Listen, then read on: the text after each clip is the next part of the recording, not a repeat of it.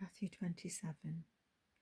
Very early in the morning, the leading priests and other leaders met again to discuss how to persuade the Roman government to sentence Jesus to death. Then they bound him and took him to Pilate, the Roman governor. When Judas, who had betrayed him, realized that Jesus had been condemned to die, he was filled with remorse. So he took the 30 pieces of silver back to the leading priests and other leaders. I have sinned, he declared, for I have betrayed an innocent man. What do we care? They retorted. That's your problem. Then Judas threw the money onto the floor of the temple and went out and hanged himself. The leading priests picked up the money. We can't put it in the temple treasury, they said, since it's against the law to accept money paid for murder. After some discussion, they finally decided to buy the potter's field, and they made it into a cemetery for foreigners. That is why the field is still called the Field of Blood. This fulfilled the prophecy of Jeremiah that says, they took the 30 pieces of silver, the price at which he was valued by the people of Israel, and purchased the potter's field as the Lord directed.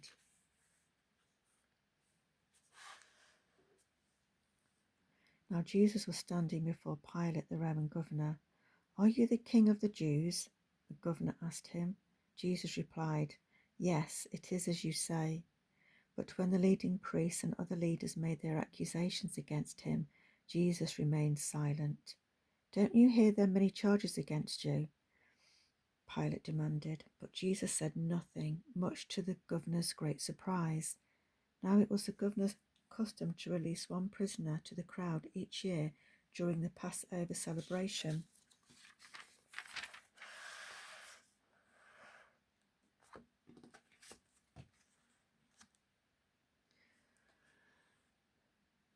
Anyone they wanted. This year there was a notorious criminal in prison, a man named Barabbas.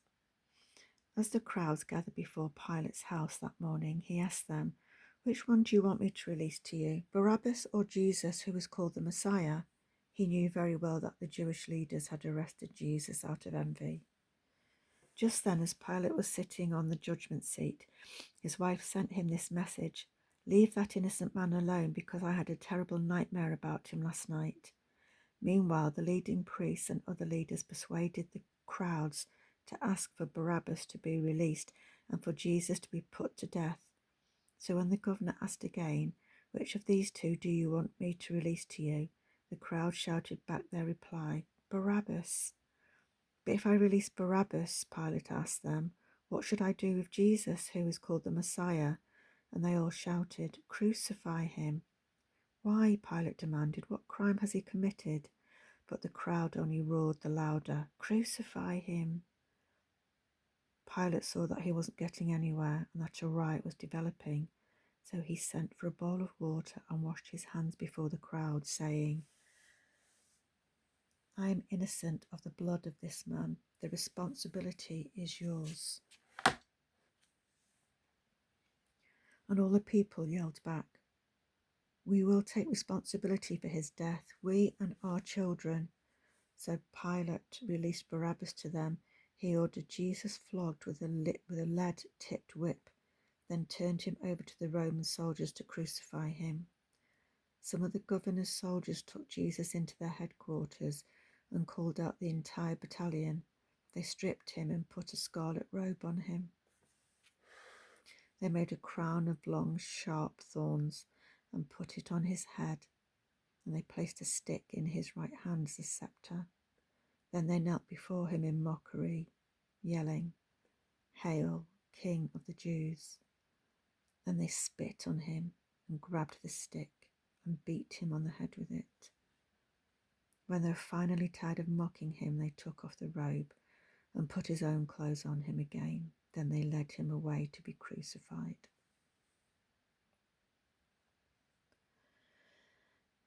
As they were on the way, they came across a man called Simon who was from Cyrene. When they forced him to carry Jesus' cross, then they went out to a place called Golgotha, which means Skull Hill. The soldiers gave him wine mixed with bitter gall, But when he had tasted it, he refused to drink it. After they had nailed him to the cross, the soldiers gambled for his clothes by throwing dice. Then they sat around and kept guard as he hung there. A signboard was fastened to the cross above Jesus' head, announcing the charge against him. It read, "This is Jesus, the King of the Jews." 2 criminals were crucified with him, their crosses on either side of his, and the people passing by shouted abuse, shaking their heads in mockery. "So, you can destroy the temple and build it again in 3 days, can you? Well then, if you are the Son of God, save yourself and come down from the cross." The leading priests, the teachers of religious law, and other leaders also mocked Jesus. "He saved others," they scoffed, "but he can't save himself. So he is the King of Israel, is he? Let him come down from the cross and we will believe in him. He trusted God. Let God show his approval by delivering him. For he said, 'I am the Son of God.'" And the criminals who were crucified with him also shouted the same insults at him.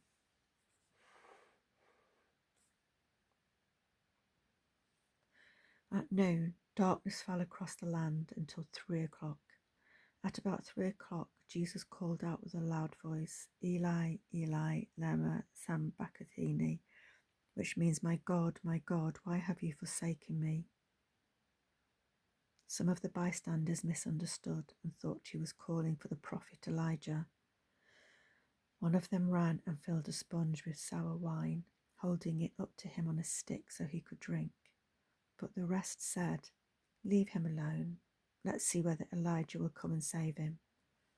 Then Jesus shouted out again, and he gave up his spirit. At that moment, the curtain in the temple was torn in two, from top to bottom. The earth shook, rocks split apart, and tombs opened. The bodies of many godly men and women who had died were raised from the dead.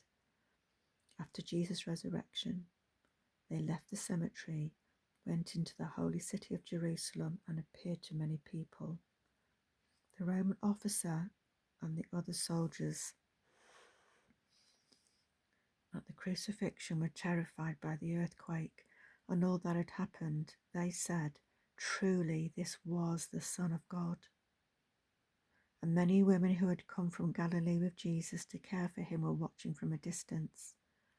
Among them were Mary Magdalene, Mary the mother of James and Joseph, and Zebedee's wife, the mother of James and John. As evening approached, Joseph, a rich man from Arimathea, who was one of Jesus' followers, went to Pilate and asked for Jesus' body, and Pilate issued an order to release it to him. Joseph took the body and wrapped it in a long linen cloth. He placed it in his new tomb, which had been carved out of the rock. Then he rolled a great stone across the entrance as he left. Both Mary Magdalene and the other Mary were sitting nearby watching. The next day, on the first day of the Passover ceremonies, the leading priests and Pharisees went to see Pilate. They told him, "Sir, we remember what that deceiver once said while he was alive. 'After 3 days I will be raised from the dead.' So we request that you seal the tomb until the 3rd day.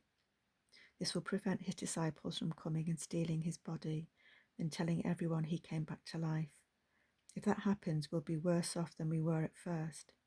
Pilate replied, "Take guards and secure it best you can." So they sealed the tomb and posted guards to protect it.